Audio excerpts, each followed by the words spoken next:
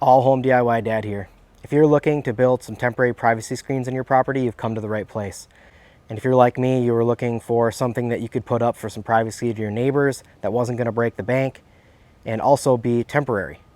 So what I've come up with is an awesome solution for that scenario, whether you're renting or you just can't put anything in the ground or build a fence. This is a great solution for you. The cost is also very minimal. It's around $300 per 10-foot section. The tools you need for this project are very minimal.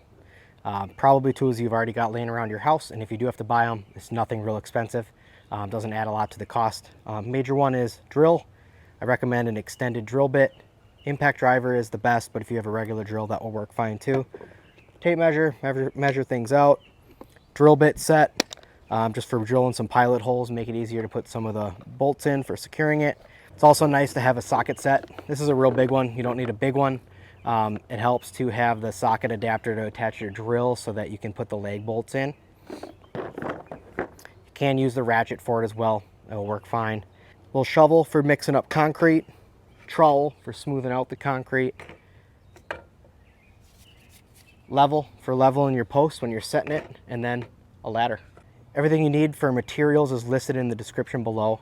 It's an extensive list. I want to make sure you have it all planned out accordingly before you start your project, so I recommend watching this video all the way through, going through the list of materials and figuring out what you need so you can get it all at the store, order it on Amazon, have everything all set and ready for yourself. If you have any questions on any of that, please post it in the comments and I'm happy to help out, whether that be you want to kind of expand it, make it angle shaped. I can try to help out with whatever you're looking to do. Here are the basics of what you're building. So the bottom is a planter box. This is like a barrel style planter. You can get as big or small as you need. They have concrete in there, and set in the concrete is a 4x4 by 8 foot pressure treated post. And you put those on each side of the span of the privacy screens that you're wanting. And on the top is galvanized 3/4 inch piping, along with some different options for mounting it to the wood. And the bottom is 1/2 inch galvanized piping. You don't need it quite as sturdy on the bottom. And those can either be fastened into the wood or laying loose. We'll talk about a little more of those options later. So that's the basics of what we're building here. A couple of quick tips for you for this project. Because of wind considerations and you're putting up a curtain that is going to catch some wind, you're going to want to make the posts set into as big a base as you can. I had to limit mine a little bit because I have it on a property line. I got some trees there, so I couldn't really make them bigger. I made the ones for my larger span a little bit bigger and they do better. So the bigger you make it, the more concrete you put in, the better it's going to fare in the wind. Additionally, that goes along with this is the span that you're going to want to do. You're going to limit it to 10 to 15 feet, ideally 10 feet. So if you want to do multiple sections of 10 feet, adding an extra post in the middle, I would recommend that versus trying to make it longer. It's harder to slide the curtains across the length like that, catches more wind, and it starts to droop in the middle and sag. So I did a 15-foot section, and it's pretty much pushing it for what you can do in terms of the sagging. But you can get the pipe cut at the store. So if you go to, say, Home Depot and you buy galvanized pipe, they can cut it shorter lengths. It comes in 10-foot sections.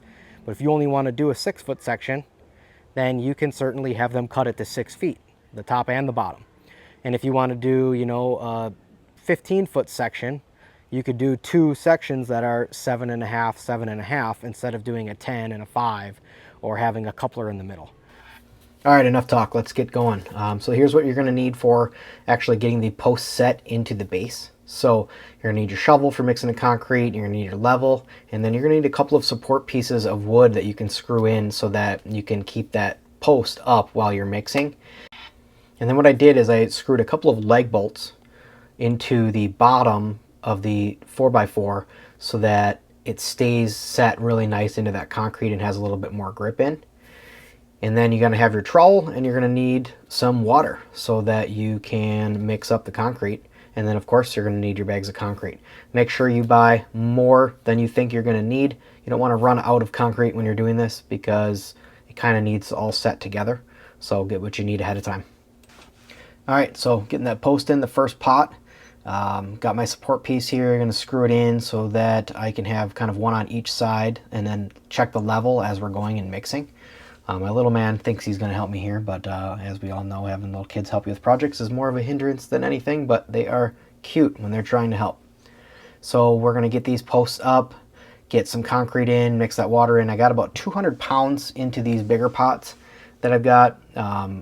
Ideally, you can even get bigger ones than these if you got room for them, and do as large as you can and get as much weight on that bottom as you can. When I'm mixing the concrete with the bags, I like to add a little bit of water in first, so when you pour it in, dust doesn't go kind of everywhere. But other than that, it's pretty self-explanatory. Put some concrete in, put some water in, mix it up, and keep doing that until you have it as full as you want it. And get that post level so that when it's set with those support pieces and you let it dry, it's going to come out as level as possible. And then make sure when you're done kind of getting to the level you want, you use a trowel and make it as flat as can be so it looks a little bit better when you're finished. And then when you do the other side, make sure you measure out and kind of get it to the width that you want for the post, for the galvanized pipe that you got.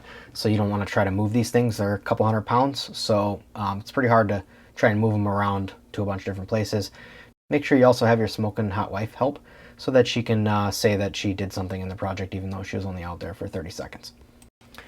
Yeah, so get all of those posts set in the concrete at the same time, ideally, so that you're kind of mixing and doing all that in the same day, because you do have to let them dry before you start, fastening up the galvanized pipe and the curtains. So you do want to let them dry overnight so that you can work on them the next day. So get them all measured out where you want them and get those posts set with all that concrete. It'll be a good hard day's work. All right, we're back at day 2. Time to take those support pieces off now that everything's dried up and try to get these curtains up and mounted. I like to lay out my materials so I know what I'm working with for the day. So here are the bolts to fasten in the plates to the backs of the 2 4x4s, the pipe for the top and the bottom, and all my hardware for the end pieces to screw into, along with my curtains and my drill. Also notice here I've got the middle pieces that kind of have the T for the pipes. That is for doing multiple sections. So that is an example here of what you need if you're going to kind of connect multiple sections of the 10-foot pieces together versus doing a 15-foot piece, which is what I'm showing installing here. So I'm screwing in the end pieces here that attach to the back of the 2x4. So it'll be the kind of the mounting plate, the 4-inch extension, and then the 90-degree angle that's screwed into the actual 3/4 inch top pipe. So this is what the kind of end looks like. Once you got that put together, it's time to put the curtains on. You're going to want to do this before you put those ends on because you cannot get them on otherwise. So you want to put both ends on so you got those ready to go, oriented how you want them to be, and then you can screw on the ends that you put together. And you can do this by yourself or with someone else. It's easier with someone else. Kind of get up and mount them at the top of that 8-foot pole. And you don't need to put the bottom rod through the bottom of the curtains at this time. You can do that when it's up as well. It just makes it easier to kind of keep that weight down and from flopping while you're mounting them. And here's what the top should look like. Probably should make it a little bit closer to the top. I was just kind of messing with the height on this, so you're going to want to do it all the way up to the top. And that's what it looks like. If you're wondering why I did it like this, where it's sticking off the back, there's 2 reasons. One is because I wanted to create a little bit of an angle for the wind, so that the wind isn't hitting it like a sail. If it has a little bit of an angle to it, it can kind of escape out the top or the bottom depending upon the direction it's coming. And 2, I wanted to be able to set it so that the curtains kind of hang back behind the pot when they're loose and not actually fastened to the posts on the bottom. So you certainly could just use the attachment piece, screw it in and put it right between the posts if you put them exactly the distance apart that you need, instead of doing it off of the back. So go ahead and do that if you think that there's no need to hang it on the back side of the posts. So what I did on the back side of these is I did as temporary hangers. I'll post a link in the description for these like everything else. So when it is windy, we can unhook them and let them kind of sway in the wind so it won't tip over as easy. And then when it's not, we can just fasten them in, or when we have them open, we can fasten them in and then it isn't going to go anywhere. So this is what it looks like when you actually do let them off and it's windy. So you can see it kind of blows and then the wind escapes the bottom. So there isn't nearly as much pressure on those posts and it will not tip over as easy. It's kind of nice to get the breeze through, and then it'll kind of wave in. And if the wind comes the other direction, the weight is all kind of forward. So like we have the post set on the back of them, so it won't tip over going towards our patio.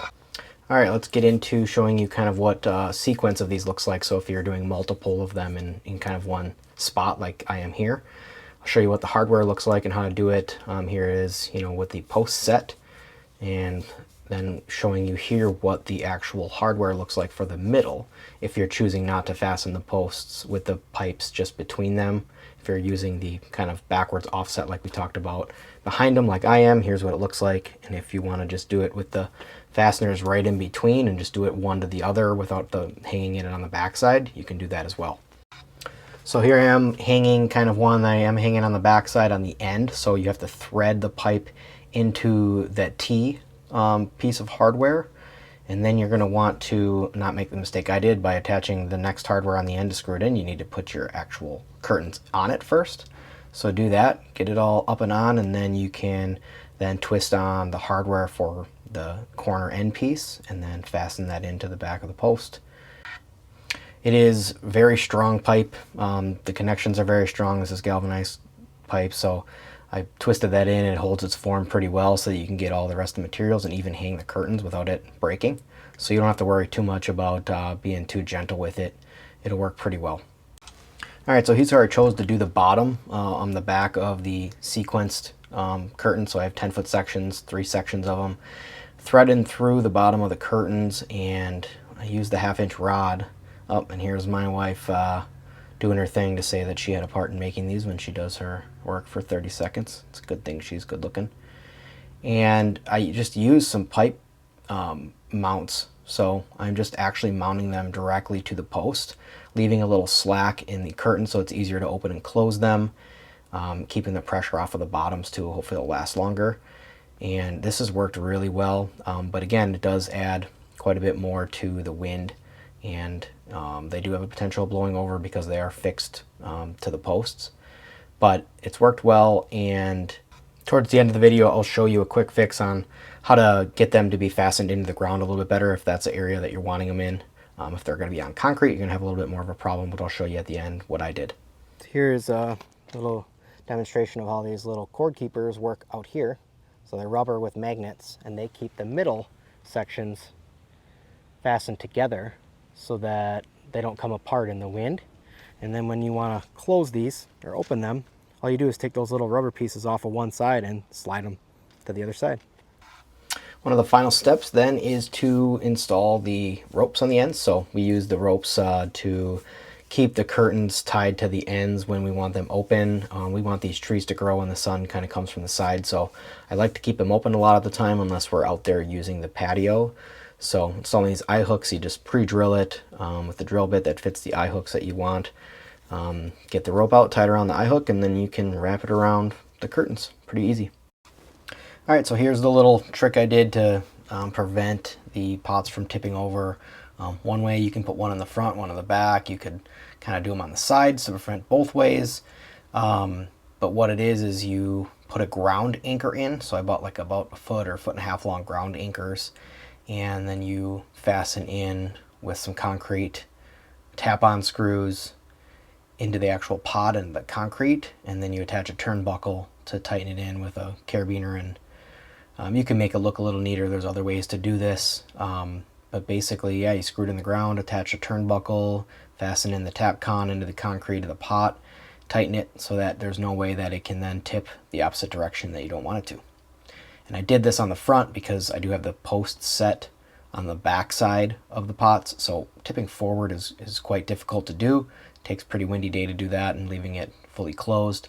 So I decided to do it in the front so that it won't tip over the other direction. And then here's an angle to show you how having the poles set on the top on the back helps with the angle. So it makes a little bit of an angle on the curtains so that when the wind comes, it flows through the bottom from the one side, and then if it comes from the other side, it kind of blows out the top. All right, here's the final product. Here's what it looks like when they're fully open. You can see right into our neighbor's yard. They just did a remodel and everything's real close. and then the view towards the street. So we're waiting for those trees to get big, which is why we put those in. And now here is the final product. Get a nice kind of privacy screen here. It is a little bit see-through, but we just want it to be a visual barrier so we're not staring right at each other. So I think it turned out pretty well. Gives a nice little block here and creates a nice little atmosphere in the backyard for us. Really hope you liked this video. If you did, please subscribe. Post any comments. I'm happy to help answer any questions that you have throughout the process. Thank you very much.